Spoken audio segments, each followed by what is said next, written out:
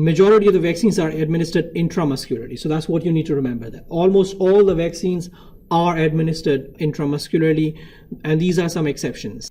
And MMR vaccine, varicella vaccine, and Zostavax vaccine are administered subcutaneously only. These are the examples of the two vaccines. This is a polio vaccine, and this is the pneumococcal vaccine. They can be administered IM or subcutaneously. And OPV and RV, these are basically oral. OPV is oral polio vaccine, and RV is the rotavirus vaccine. These are different vaccines. MMR is, if you go back to that slide where I explained the abbreviations, MMR is measles, mumps, rubella. So it provides protection against measles, mumps, rubella. Varicella vaccine provides against varicella virus. And Zostavax is also viral infection vaccine. IPV is polio vaccine. PPSV is pneumococcal vaccine against pneumonia. This is oral polio vaccine, and this is a rotavirus vaccine. As a general point, you need to remember that almost all vaccines are administered intramuscularly, but there are some exceptions, especially the vaccines which are administered subcutaneous only and the vaccines which are administered orally only.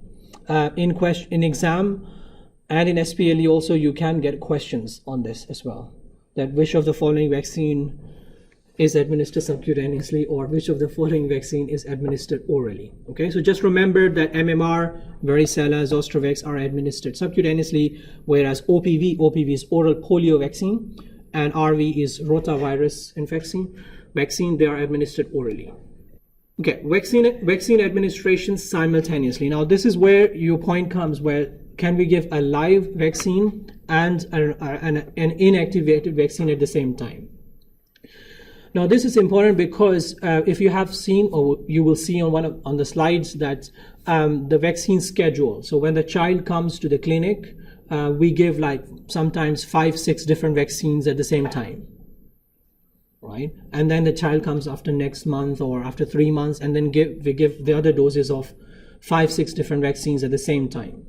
Okay, so which type of vaccines can be given together? Now this is very important to understand. Most vaccines can be administered on the same day, at the same visit. So the child comes today, you give 5-6 different vaccines at the same time. Live vaccine and inactivated vaccines can be administered at the same time, so it's not a problem. If you have to give 5-6 different vaccines, some of them are live, some of them are inactivated, you can give on the same day, no problem. Next thing, inactivated vaccines can be given at the same time or without regards to the spacing. Now, what that means is that today, if I have to give like 2 vaccines to a patient and both of them are inactivated vaccines, for some reason I give inactivated vaccine today and I cannot give it the other one today, so I can give the next one tomorrow. I'm talking about the inactivated vaccines. Okay, so I'm scheduled to give 2 inactivated or more inactivated vaccines today, but for some reason I can give inactivated vaccine today and the other I have to give tomorrow, so I can give it tomorrow. It's no problem. Everybody understand that? Yes. Now this is not the case with the live vaccine. If I have to give 2 or more live vaccines today, but for some reason I cannot give one live vaccine today, then I cannot give it tomorrow. If I can give all the live vaccines on one day, not a problem. But if one of them is missed, then I have to wait for 28 days and then give that live vaccine. Does it make sense? And that's what is mentioned here. Live vaccines should be administered either on the same day or at least 28 days apart. Everybody understand that point? On one day, I can give a mix of live vaccines, inactivated vaccines, no problem. And if all the vaccines are inactivated, I can give on the same day. If all the vaccines are live, I can give on the same day. But if one inactivated vaccine is missed, I can give tomorrow as well. It's not a problem because it's inactivated. But if one live vaccine is missed today, I can give it tomorrow. I have to wait for 28 days and then give that live vaccine. In the exam, you may get like a small case study regarding this. So you might get a question asked that the child has to receive so and so vaccines, and some of them are missed. When can they receive the next dose? So you have to actually figure out that these vaccines are live or inactivated, and then make your recommendation accordingly. Contraindications, generally speaking, the only contraindication for vaccine is if the patient has any anaphylactic reaction. So if the patient you give a dose of the vaccine and the patient gets an anaphylactic reaction, the severe allergic reaction because of that, then the subsequent doses, the doses after that, will be contraindicated. So that's the only absolute contraindication for every vaccine, the anaphylactic reaction. The other ones we have, for the other situations, we have to take precautions. For example, if the patient is generally not very well, the patient has moderate to severe illness, then we can give vaccines, but we have to be cautious. Okay, in these cases, it's not contraindicated. The only contraindication is when the patient shows a severe allergic reaction. These are the vaccines. This is a table of the vaccines. These are the contraindications. So the reason I have put this table on the slide is that you have to figure out that which vaccines are contraindicated in pregnancy. Okay. So from this table, you can see which vaccines are contraindicated.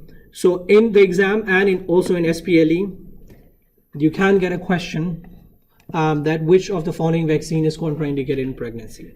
Okay, so you have to figure out which vaccines are contraindicated in pregnancy. I've highlighted them here. The HPV vaccine, MMR vaccine, varicella vaccine, and zoster vaccine. These are the ones which are contraindicated in pregnancy. So in addition to these four ones, BCG and live flu vaccine are also contraindicated in pregnancy. BCG vaccine is for tuberculosis. This one is a live flu vaccine. Now, a lot of times we get a question asked that a patient is pregnant, can we give the annual flu vaccine? Okay, the answer is that yes, we can give the flu vaccine to pregnant lady, but only the inactivated form of it. We cannot give the live form of flu vaccine in pregnancy. Okay, so you can get a question on that as well. So which form of flu vaccine is contraindicated in pregnancy? It's the live form of influenza vaccine that's contraindicated, whereas the inactivated one, you can give it. The inactivated flu vaccine, we can give it in pregnancy. Now, so pregnancy is a contraindication. So we have seen that anaphylactic reaction is an absolute contraindication to almost all the vaccines. Then pregnancy is a contraindication for some vaccines. What are some other contraindications? Now, important thing to know, to understand here is that some vaccines contain small amount of antibiotics in them. Some vaccine formulation, they contain small amount of antibiotics, such as neomycin, polymyxin, or streptomycin. And the reason they add small amount of antibiotics to the vaccine formulation is to prevent the bacterial growth, the bacterial contamination. But now, because they have got very small amount of antibiotic in the vaccine formulation, if the patient has allergy to that antibiotic, that means the patient will also show allergic reaction to that vaccine. So for example, I don't know if you can see here, say neomycin is an antibiotic, and this antibiotic is used in some of the vaccines. So for example, IPV vaccine, MMR vaccine, zoster vaccine. So if the patient is allergic to neomycin, then that means the patient will also be allergic to IPV vaccine, MMR vaccine, and zoster vaccine. So do you understand that? So you need to remember that which vaccines contain the neomycin. Okay, so if the patient is allergic to neomycin, the patient will also be allergic to the vaccine which contains neomycin. So sometimes you might be given a case in the exam where in the patient history it says that the patient allergies penicillin, sulfa drugs, neomycin. And then you can get a question asked that, can you give this vaccine to the patient? So you have to figure out that this vaccine contains neomycin, and because of that, it cannot be given to this patient. Okay. Vaccine and egg allergy, I have put a lot of detail on this slide, but generally you need to remember that some vaccines also contain the egg products. Okay, and there are some people who are allergic to eggs. So that means if you give them that medicine, if you give them that vaccine, they may also get an allergic reaction because there is some egg product available in those vaccine formulations. So the vaccine formulations which have egg products are MMR, flu vaccine, yellow fever vaccine. They have some egg proteins. If they are given to the people who have egg allergy, they can show allergic reaction. But now the current recommendation from CDC, or CDC is the Center of Disease Control, that's an American organization, their recommendation is that egg allergy is not an absolute contraindication. We can still give these vaccines to the people who have egg allergy, but with caution. You have to observe the patients that they do not develop an allergic reaction. So just bear this point in mind. All patients with egg allergy can be given flu vaccine, but you have to observe that. Observe the patient, that they do not develop any allergic reaction. Adverse effects of vaccines. Generally, I have mentioned on this slide what are the adverse effects of vaccines. Which adverse effect do you see most common? Fever and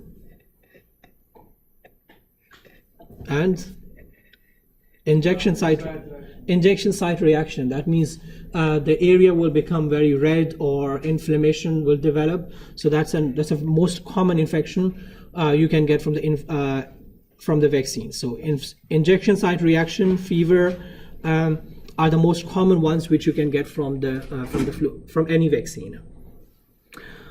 When you should avoid the vaccines unnecessary. So it's an important point to remember that live vaccines should be avoided in pregnancy.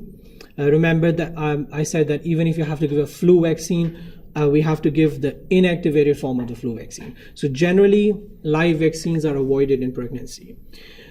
Live vaccines should also be avoided in the immunocompromised patients, which means we should avoid live vaccines in the patients whose immunity is less. So for example, the patients who are receiving chemotherapy, the patients who are receiving cell transplants, the patients who are receiving biological products, patients who have HIV, especially when their CD4 count is less than 200, and the patients who are receiving high dose of steroids.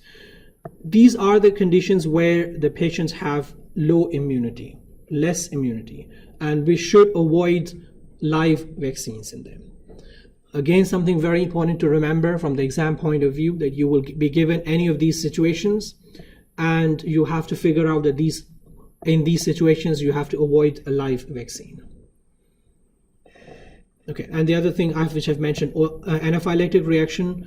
If the patient shows anaphylactic reaction to any of the products or the excipients of the vaccine, such as egg protein or neomycin or any other thing, then they should be avoided as well. There are some other allergies as well, like latex allergy, gelatin allergy, but don't remember that because it's a lot for you. Just remember the egg proteins, the vaccines which contain egg proteins, the vaccines which contain neomycin, those should be avoided as well. Some considerations in special populations. In the preterm infants, the babies which are born before time, like before 9 months, they should be based on their chronological age, which means the age at which they are born. Okay, remember we're talking about the babies which are born before the time.